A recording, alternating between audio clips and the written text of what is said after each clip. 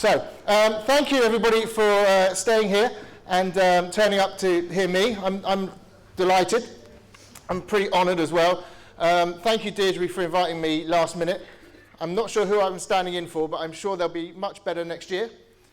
And this is what I'm going to be talking to you about: how to speed addicts into treatment, helping families to help those who don't want help yet. And when I use the word addicts, I'm using that in a general term to cover alcoholics or anyone else with a behavioural challenge or whatever you want to input. So I'm just using the word addict because I'm a believer that it's one disease, the disease of addiction.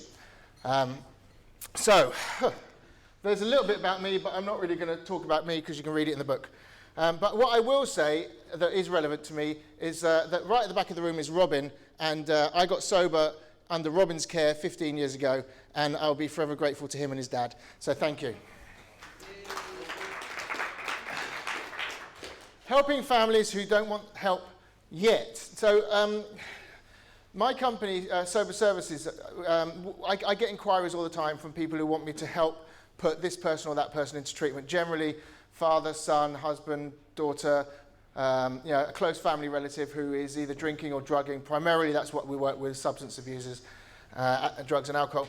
And this is all common stuff. We know this. Those of us in the room that work in the industry, we know that approximately 20% of the UK families are affected in some way by addiction.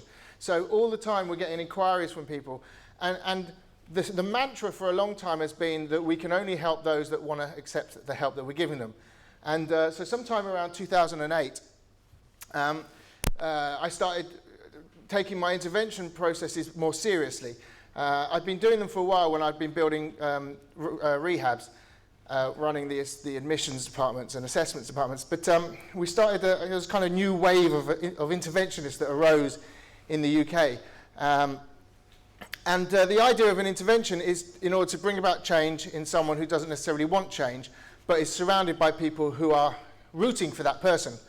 So I'm going to attempt to try and give you a brief example, introduction into the interventions that I do, which may well differ from other people in this room and from other practices, but these are just the ones that I do based on my own experiences. So let me start with this question. So when I meet the family, I ask the family, can you give me examples of how you've attempted to control your loved one's addiction? And these are some of the answers that come up. And I'm sure that you have other examples, but these are the ones that I get most often. That these are the ways that they've attempted to control their loved one's addiction. There are others. And then what I will do is I will then present them with this next slide, and I'll ask them, in the long run, did that make any difference? And pretty much the whole way down, I'll just get no's the whole way through. They will have tried all these different things, and yet nothing seems to work. Typically, if the addict is pleased with the help that they've been giving them, then the family are probably enabling them. The battery's died. The battery's dead.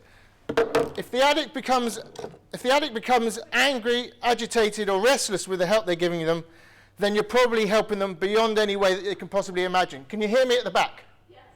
Cool. So there are two obvious traits around how that family is interacting with the addict: codependency, or in worst case, enabling. Codependency is where the addict is addicted to the addict and they assume responsibility for meeting the addict's needs and they neglect their own. So they'll go out of their own way to make sure that the addict is safe. Rescuing them from jail, paying off their debts, going and buying booze for them. Or enablers, people who are knowingly or unknowingly protecting the addicts from the natural consequences of their actions. So literally, going down and bailing them out and rescuing them from all of the problems that they're creating themselves. When you choose the lesser of two evils, always remember that it is still an evil. So there are families that they don't want to rock the boat. And the sooner that they realize that it's never going to go back to the way it was previously, the sooner that we can move towards a solution.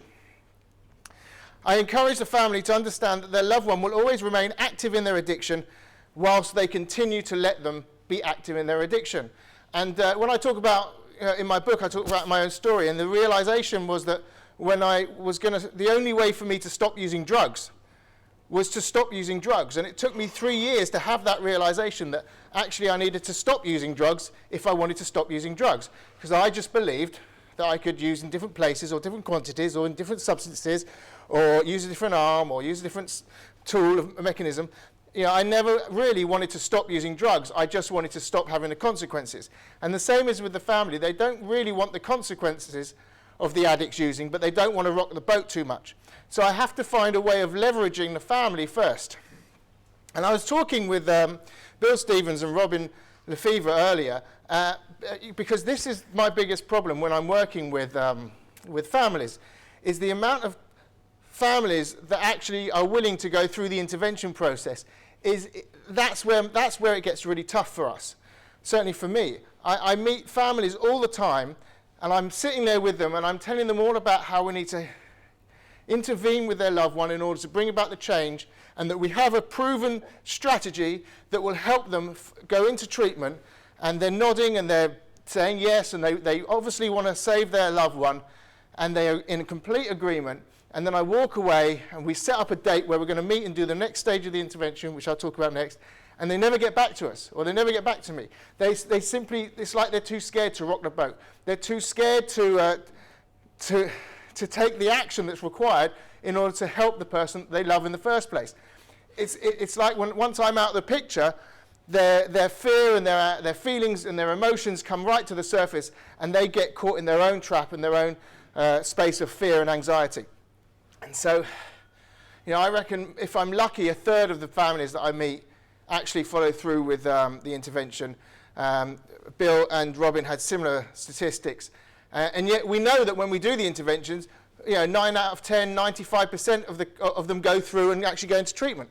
So that's where I'm at now that's the next kind of thing that we need to build, is how can we persuade the family that we no longer have to wait for the addict to be ready to accept treatment, that they can have an experience right here, right now, and they will be ready for treatment when the family are ready to go through the action. So this is the buzzword for me, tough love. And I use this word, this whole presentation is a condensed version of a much longer one. And tough love is really the crux of what this intervention process is all about. It's about us putting into place a new regime for the family to react and interact with the addict until the addict accepts the help that we're trying to give them today. So this is the Sober Services intervention process. It's my own version that's slightly based on these things. It's going to be different to every other interventionist. They're all going to have their own way. But mine is very loosely based around the Johnston model, and I'm heavily influenced by Jeff and Deborah J. and their book Love First. But typically, as any interventionist will tell you, when I go into a room, I don't know what the result is going to be, and I have to react and interact with whatever's going on around me. So there's no kind of real set process that I can say is going to be a definite way forward. I have to make it up as I'm going along. Does that make sense? The sober intervention is the planned process of confrontation by people who are important to the addict. So what I'm going to do is I'm going to prep the family, and I'm going to gather all the relevant people that we believe the addict cognitively understands, loves them, even though they may not necessarily be talking. So the brother and the sister, the addict and his sister, they may not be talking, but the addict does know that his sister loves him. And he knows, he cognitively understands that his sister will have his best interests at heart. So we gather 4, 5, 6, maybe 7 or 8 of those closest family members together to do the intervention process. The result of the sober intervention has to be that the addict is going to have a moment of clarity where finally they're going to see just how their addiction is affecting and hurting the very people that they know love them. So they're going to have an emotional reaction. It's going to be an emotional state change that momentarily their head is going to pop out of their arse, and they're going to go, wow, I never knew this was the impact that my using was having on these other people. Because typically, as an addict or an alcoholic, we believe that we're the only one that's suffering. We don't say that no one else is getting any of the consequences. As an addict, we believe we're getting all the consequences. So it's self-pity, and I can blame you for my problems. But for the first time when we do this process, the addict is going to realize that the people that they love and they understand loves them are experiencing the consequences of their own addiction. There are 3 core components of sober interventions: absolute love, complete honesty, and firm boundaries, or tough love. So when I first meet with the family, I'll be setting up the things of what's going to come, and I'll be including the explanation of the letter writing and who's going to be invited and who's not going to be invited. And I mention that because I'm not going to be doing too much of it here today, but tomorrow, at the Intervention Plus day, I will be going into more detail about how to write the letter and how to do the actual intervention. So I guess what I'm trying to say, if you're not coming tomorrow and you want to find out more, then go and see Deirdre at the back and she'll sell you a ticket for tomorrow, right? I'm upselling. So yeah, tomorrow will be more about interventions. I'll go into more of the details about all that tomorrow, but I need to gather who's going to be invited and who's not going to be invited, because if the addict's girlfriend is using, we don't want her in the room. Even though he loves her and she loves him, that's not going to be a healthy person to bring to the intervention. If the father is drinking, we need to ask the father whether they're going to be able to stay sober for this process, and we need to consider whether the father is going to be a good influence on the son. If we're asking the son to give up his addiction, will we be able to ask the father the same? There's a lot of dynamics you have to consider. And the gathering of the relevant family members and the letter writing process is really the next part of this journey.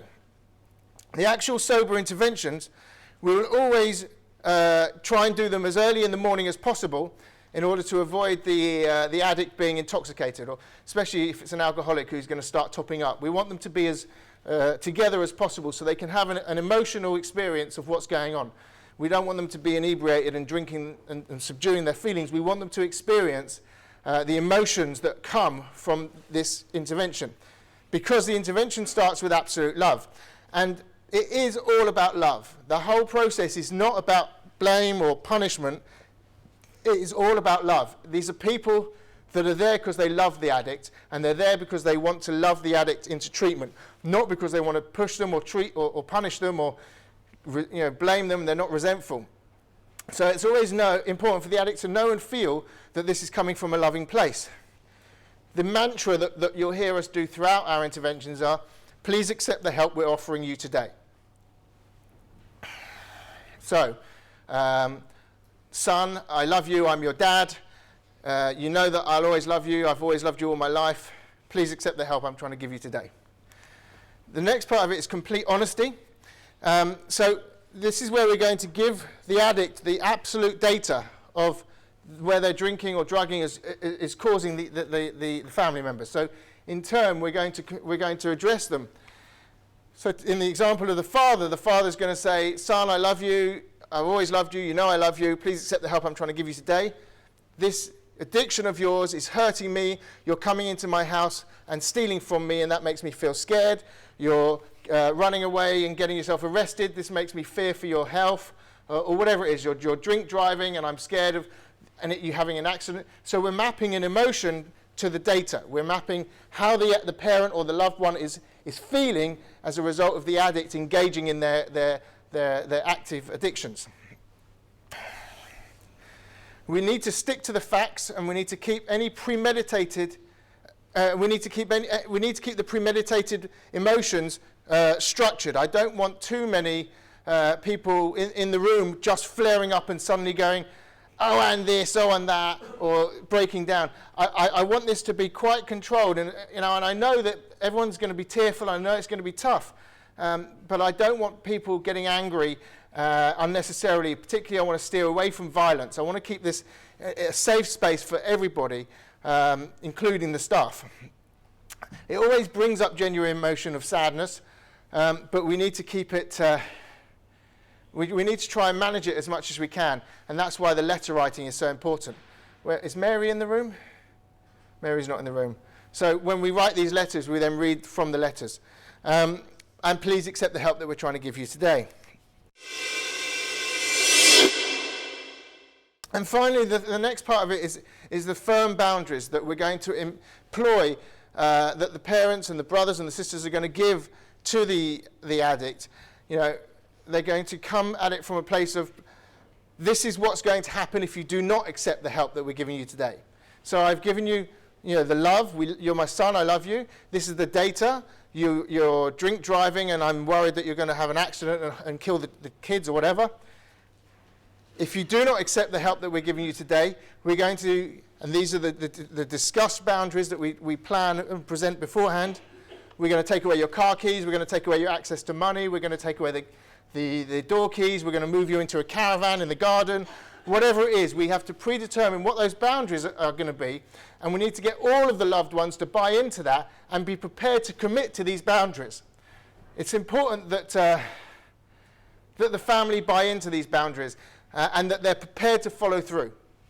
The experience that I have is that I'm taught that if the addict still refuses to accept the help that we're giving them today, that they will then walk out the house. And my training explains to me that I will then send one or two of my staff with the addict, and they'll shadow them, and they will stop them, and they will continue to remove the enjoyment that the addict may be having. Whatever that is, going into the off license and making sure they don't get served. It might be when they go to the dealer, just screwing up that experience.